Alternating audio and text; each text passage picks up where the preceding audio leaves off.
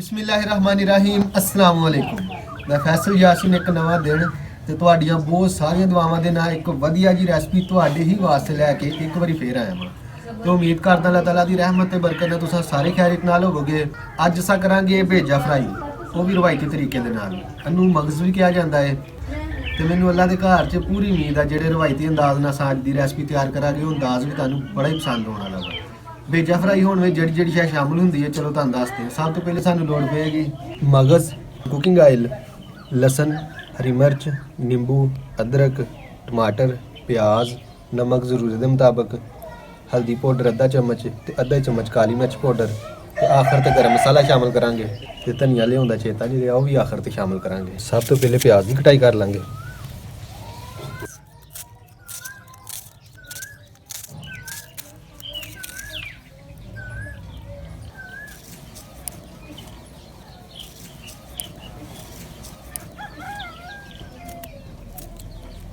नाल ही सब्ज़ मिर्च की कटाई कर लेंगे।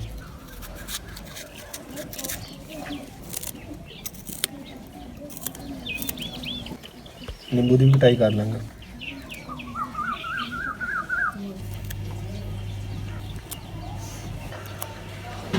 सारी कटाई हो गई है। अदरक ते लसन का असां पेस्ट शामिल करांगे। अग बल गई है, हांड के पानी शामिल करांगे।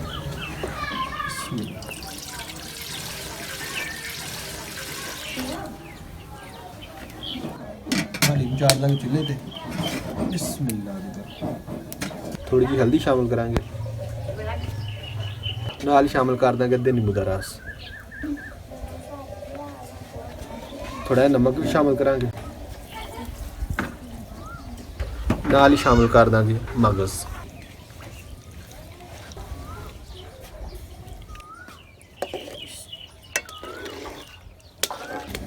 पानी का अच्छी तरह एक उबाला दवावांगे।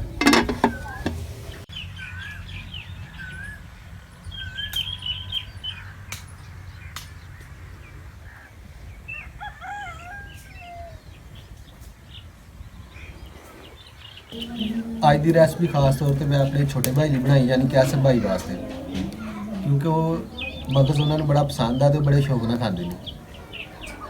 ਬਿਸਮਿਲ੍ਲਾਹ। ਉਬਾਲਾ ਮਾਸ਼ਾਅੱਲਾ ਆ ਗਿਆ। ਹੁਣ ਅਸੀਂ ਮਗਜ਼ ਨੂੰ ਬਾਹਰ ਕੱਢ ਲਾਂਗੇ।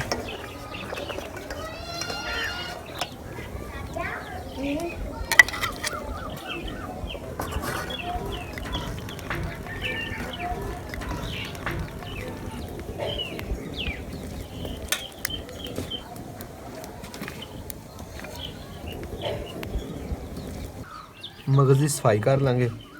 ये एक छिलका होंदा वा एक किस्म का, वो लैदा कर लांगे। अस हांडी में चाढ़ लांगे चूल्हे पे। बिस्मिल्लाह। सब तो पहले शामिल करांगे कुकिंग आयल। बिस्मिल्लाह दी बरकत।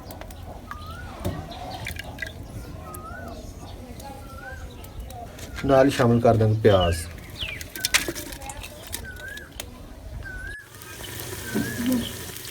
प्याज़ां नूं थोड़ा जिहा भुनांगे। प्याज फ्राई हो गए ने, मैं जी शामिल करांगे असां अदरक लसन का पेस्ट।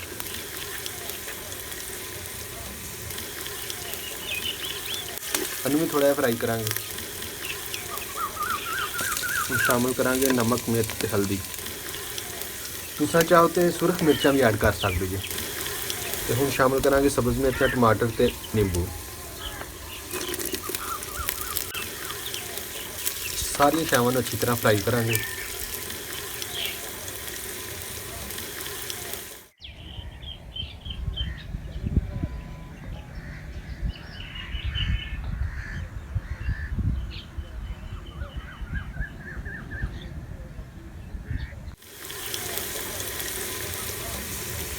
असां शामिल करांगे मगज़।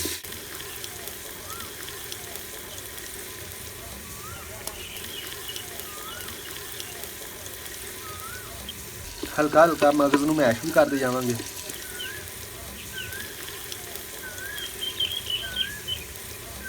हुण असां मगज़ नूं कज के पकावांगे।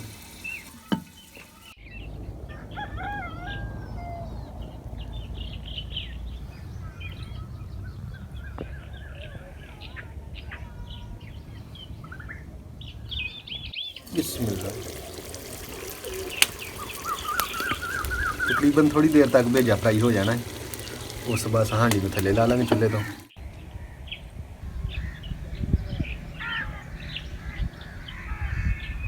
बिस्मिल्लाह दी बरकत। ਹੁਣ आखिर ਵਿੱਚ शामिल करांगे सब्ज़ धनिया, नाल ही शामिल कर देंगे गरम मसाला।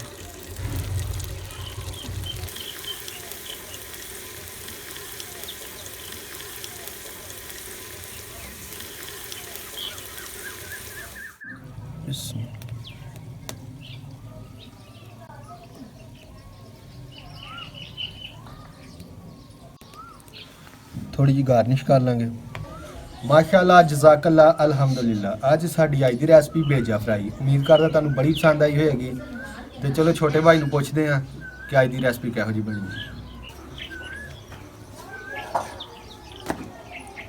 ਬਿਸਮਿਲ੍ਲਾਹਿਰਰਹਿਮਾਨਿਰਰਹੀਮ।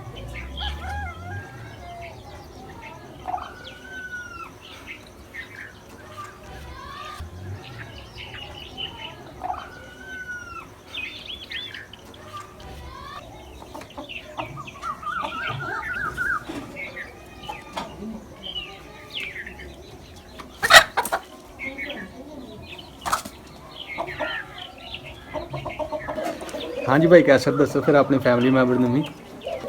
ਮਾਸ਼ਾਅੱਲਾ ਭਾਈਜਾਨ ਬਹੁਤ ਪਿਆਰੀ ਬਣੀ ਤੇ ਭਾਈਜਾਨ ਮਾਸ਼ਾਅੱਲਾ ਇਹ ਮੇਰੀ one of the favourite recipe ਵਿੱਚੋਂ ਤੇ ਨਹੀਂ, ਬਾਕੀ ਮੇਰੀ ਫੇਵਰਟ ਰੈਸਪੀ ਸੀ ਤੇ ਬਹੁਤ ਮਜ਼ਾ ਆਇਆ ਮੈਨੂੰ ਖਾਣ ਦਾ। ਤੇ ਅੱਲਾਹ ਪਾਕ ਨੂੰ ਹੋਰ ਕਾਮਯਾਬੀ ਦੇ। ਆਮੀਨ।